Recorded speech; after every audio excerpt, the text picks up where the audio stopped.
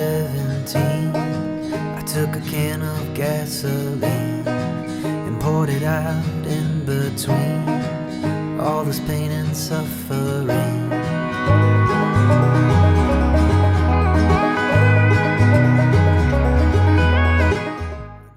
All right, guys, we made it in like an hour ago, maybe a little longer than that. Been driving pretty much all day. We got kind of our little makeshift camp set up, a couple chairs, cheap chairs from Walmart, got some wood gathered. Joseph's got some elk steaks going on the grill. We're just gonna throw our bedrolls down right here next to the fire tonight, sleep next to the pickup or the 4Runner for this evening. We already got our packs pretty well loaded. Plan is to wake up around 5 tomorrow morning, have some breakfast burritos at the pickup real quick, and then we're gonna bomb in. We got like 8 miles or so to go from here. We're gonna cross the river and then head up into no man's land. So we got 4 whole days to get it done. We're in some brand new country we've never been in before, so we're excited. This place is beautiful so far. Definitely a lot different than something I've ever seen before, so should be interesting. It's always kind of exciting and nerve-wracking to hunt a new area, so looking forward to getting in there.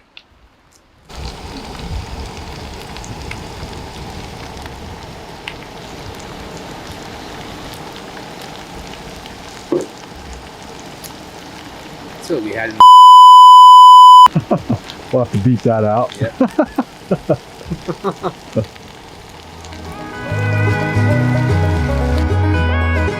When I was only 23, I made a portrait of you and me. I saw the world through tunnel vision, utopian disposition. Left you alone last night. All right, guys, good morning. It is a little after 7:30-ish. Woke up a little after 6, made breakfast, got the 4Runner loaded back up, packs are loaded. We're gonna hit the trail here shortly, so we got a long ways to go. We're gonna go about 6-7 miles that direction, cross the river, and then head up a ridge. And there is literally no road system or anything that direction, so we shouldn't see a soul back here. But yep, first full day, first morning of hunting for us. We got 4 days, including today, to get it done, so fingers crossed we can find a couple more bears. What do you think, bud? It's going down. I mean, I hope. He said it, it's going down, so we'll be packing meat here soon.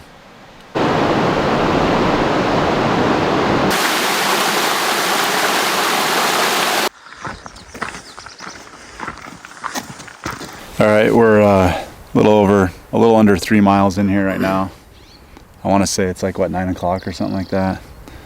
Just kind of taking a little breather in the shade, glassing. This country's all new to us, so it's not like we have a spot where we know there's bears or bucks to go look at. So this looked pretty good, so we're just gonna pick this apart for a little bit and then continue on. We're gonna go that way a couple more miles, drop down to the river, cross the river, and then head up this ridge and then hunt the main drainage on the other side is the plan right now, unless of course we see something on our way in there. So got a lot of daylight left on days like today.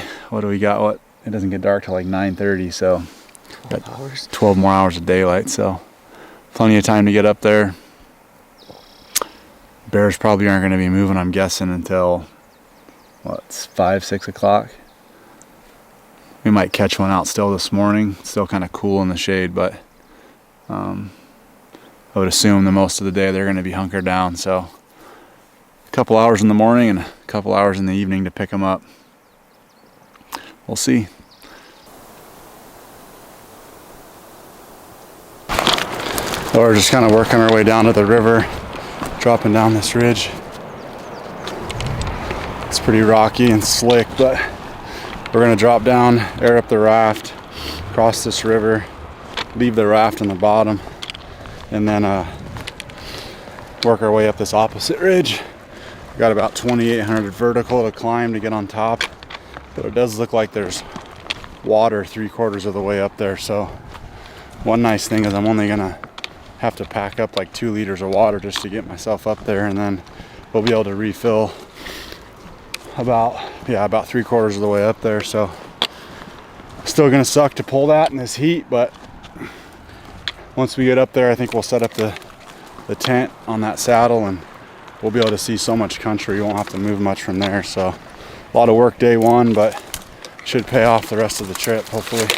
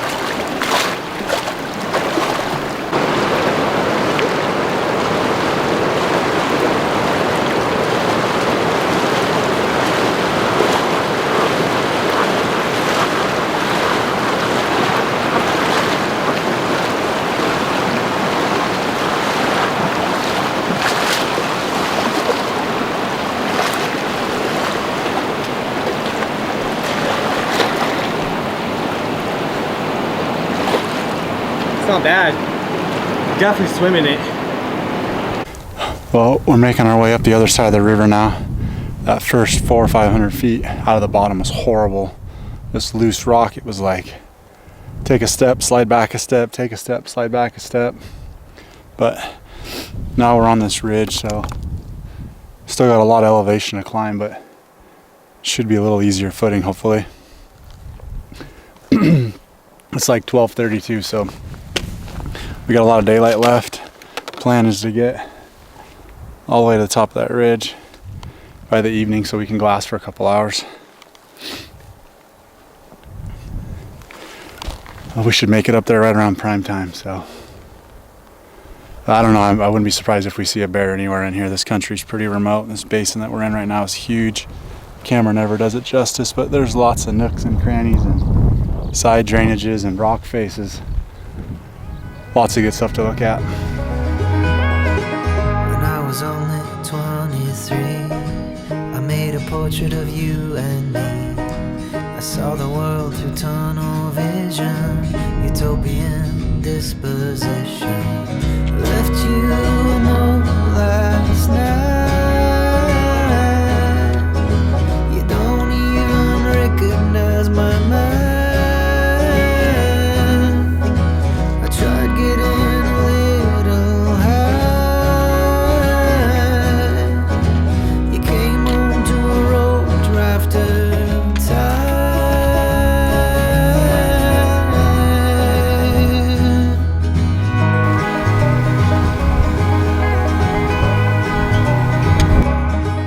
Well, we pretty much just got our butts handed to us. That was a pretty gnarly hike. I don't know how many feet we've climbed, but well over 1,500. Something like that. Anyway, it doesn't matter. It was all off trail. 800 to 2,600. Yeah, whatever that is. I'm too tired to do math right now, but all off trail, rock faces, just some nasty scaling. Joseph just found our final destination for today. Our chateau. We're gonna set up the Cimarron real quick and go grab some water. We both packed in, I don't know, what do we have? You have 8 liters. I have, I think 6 and 4, 10 liters worth. So we'll have plenty of water. There's a drainage right over here to our left that's running water. So that's awesome. We'll have water at our disposal, which isn't the normal when you're up in the high country. So we got a huge view all the way around us, all 360 degrees. So we got a couple days to glass, and hopefully we can turn up a bear and knock one down. So we're gonna set up camp and take a little break.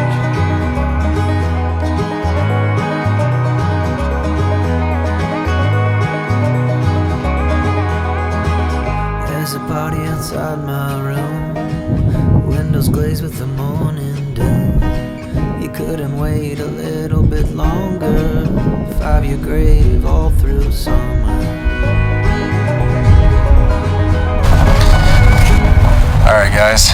getting in later in the evening now. We got some clouds and wind rolling in right now, but we got our shelter stood up, went and got 8 liters of water, and then we hiked further to the north, I believe. And now we're looking in this huge basin here. Just gonna sit here and glass for the next couple hours before it's dark. I think we got about 2.5 hours of daylight left. See if we can find a bear tonight. This is also kind of it's not really a deer scouting mission, but this area is supposed to have some pretty good bucks in it, so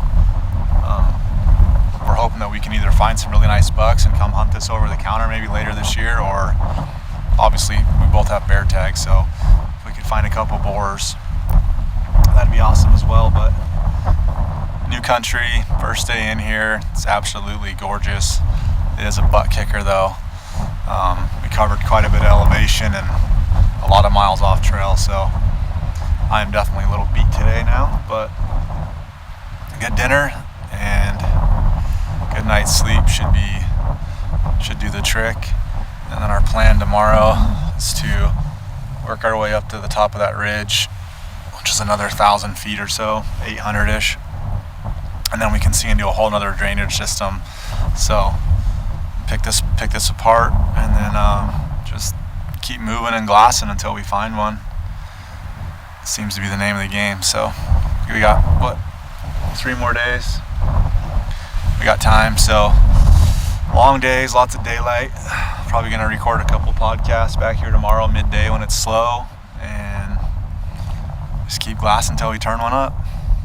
Well, I can't say that took very long.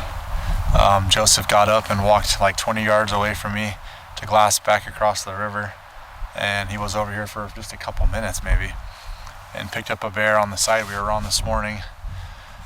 Long ways away, but we got our first bear spotted. First day in here, can't complain at all. I think we're gonna just keep our eyes on him for tonight, keep glassing all this country around us, come back here first thing in the morning, hopefully relocate him, and then if he's still there, just go back, pick up camp, drop all the way back down, cross the river again, go up that ridge, and hopefully we can shoot him tomorrow night. So it's awesome. We got a bear spotted. Pumped.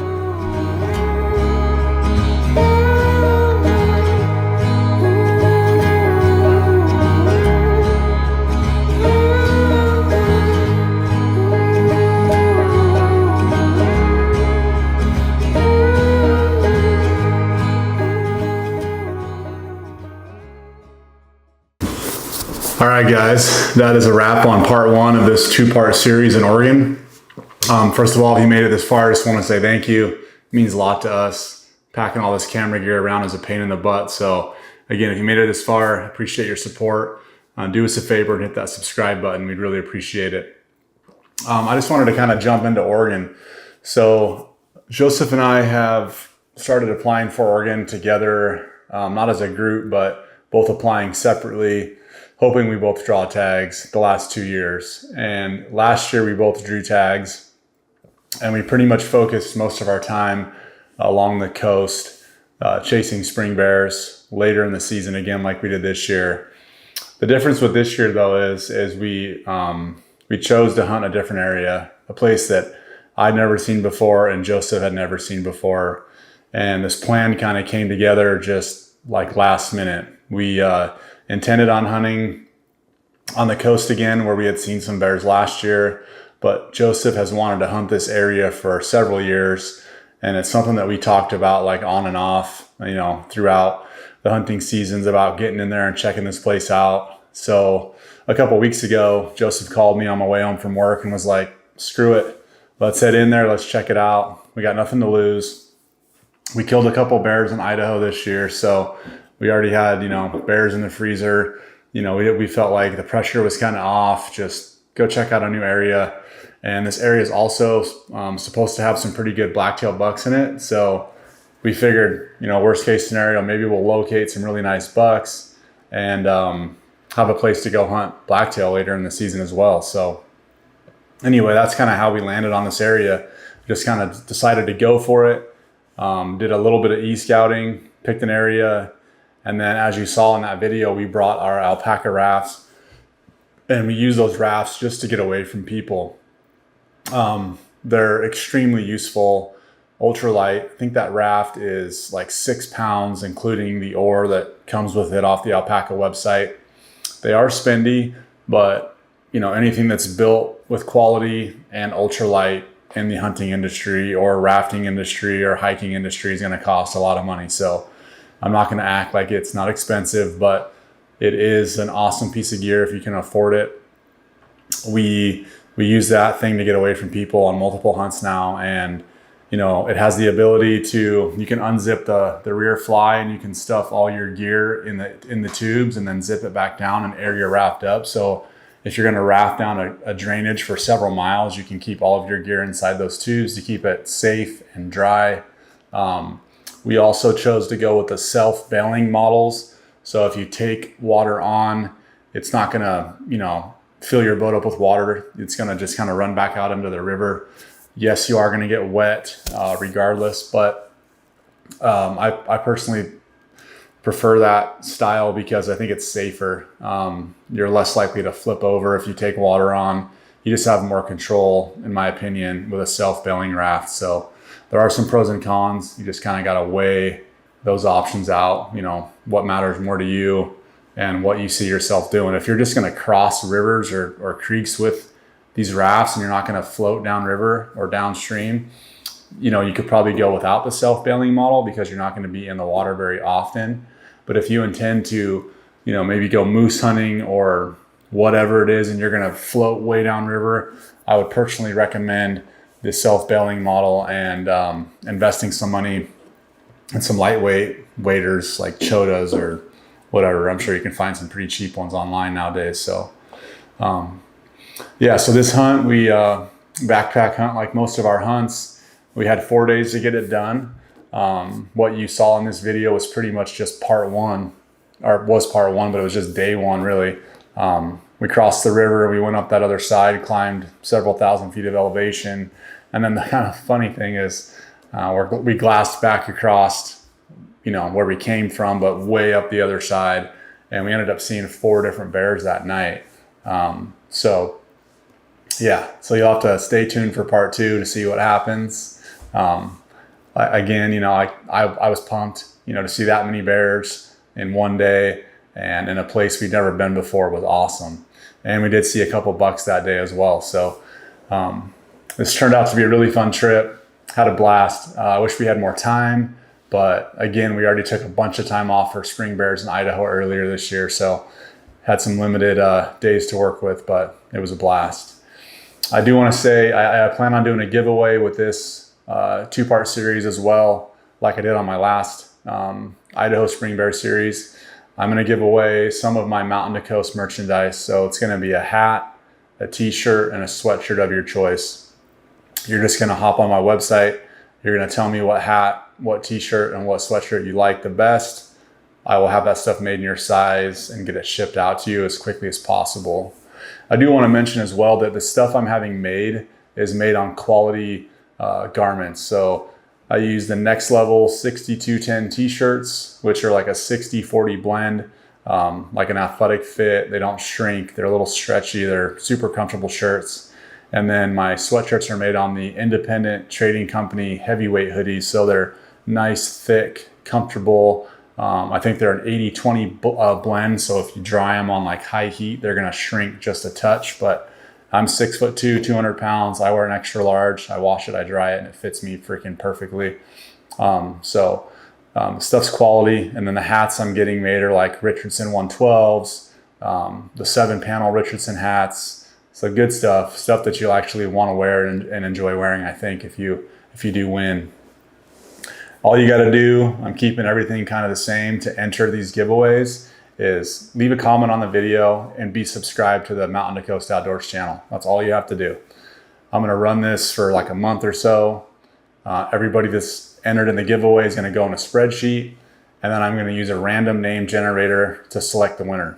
No funny business. It's going to be completely random, and I'll reach out to you and get in touch and make sure I get your stuff out to you right away.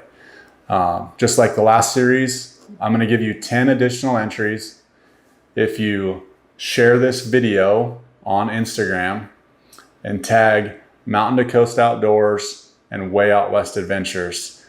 Your post also needs to have a link for your followers to click on. So when you share this on your story, go to the YouTube channel, copy the link, put the link on your story, tag Mountain to Coast Outdoors and Way Out West Adventures so we can see that you've done it, so I can track it, and I'll make sure you get 10 additional entries. Super simple to do. I work in the construction industry. If I can figure out how to do it, I'm sure you guys can figure out how to do it. So anyway, again, I just want to say thank you for the support.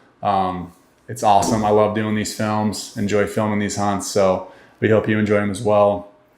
And lastly, Joseph and I are collaborating on a podcast. We've got a few episodes out. It's called Just Another Hunting Podcast. So if you're interested, head on over to that. You can check it out on Apple, Spotify, YouTube, all the podcasting platforms. Just type in Just Another Hunting Podcast and it'll pop up for you. So anyway, we'll catch you on the next one.